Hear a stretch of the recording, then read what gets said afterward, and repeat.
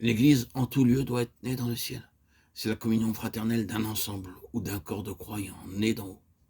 Ce qui doit donc être vrai de chaque croyant individuel doit l'être de la compagnie considérée comme un tout.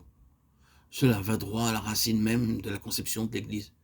Et ce sera bien si nous établissons immédiatement que dans les Écritures, qu'une autre chose n'est connue, reconnue comme ayant droit à ce nom, l'Église chrétienne. Cela passera au crible notre façon de considérer les choses et l'amènera à éliminer une somme immense de choses qui empruntent le nom, mais qui ne sont pas la réalité.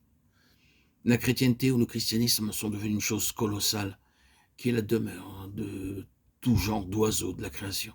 Et c'est d'en faire une unité et une supercherie de la part de celui qui appartiennent ces oiseaux du ciel. Sur un plan naturel, les uns meilleurs, les autres pires, mais loin d'être tous nés de nouveau ou d'en haut. Jean 3, 5, 13.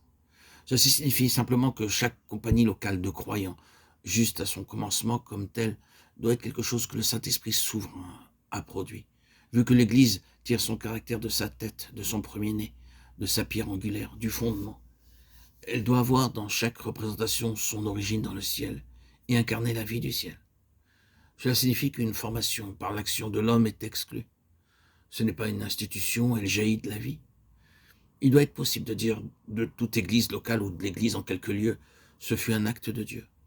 Remarquez, nous sommes en train de chercher à atteindre la racine de cette question de savoir ce qu'est l'église et ce qu'elle n'est pas. Notre réelle préoccupation est de savoir ce qu'elle est. Étudiez dans les évangiles ce que Jésus a dit à propos de lui-même et à propos des hommes, et vous avez la clé de ce qu'est réellement l'église. Cela conduit à la chose suivante quant à l'église locale. Si l'église est née du Saint-Esprit, elle est née d'un travail d'enfantement du Fils de Dieu. Donc la loi du travail d'enfantement doit se trouver juste à l'origine de toute véritable représentation d'église universelle ou locale.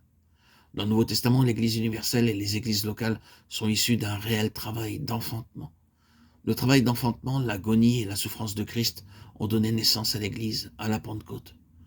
Ceux qui constituèrent son noyau furent baptisés dans sa passion.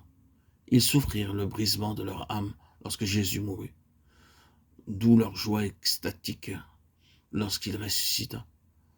Dans leur cas, le passage de Jean 16, 21-22 fut accompli littéralement. Cela ne nécessite aucun développement. Mais qu'en est-il des églises?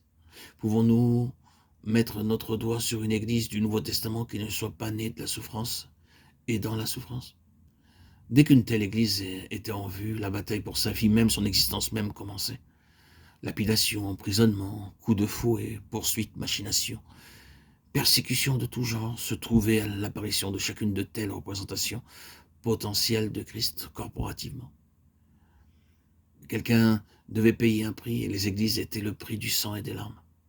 Lorsque la puissance est perdue peut-être par la négligence, la bêtise, la querelle, la division, le formalisme ou la perte du sens de la valeur de la vérité, ou pour toute autre raison, l'unique chemin du recouvrement sera celui d'un nouveau baptême dans la douleur, le remords, les larmes et le travail d'enfantement. C'est assurément la juste interprétation de la seconde lettre aux Corinthiens à la suite de la première. C'est aussi sûrement la clé pour la situation dans la plupart des églises des chapitres 2 et 3 de l'Apocalypse. C'est précisément sous-entendu dans le cas de Laodicée, une église qui ne souffre pas pour sa vie et pour toutes les lois de la nature et de la grâce, une église faible et inefficace.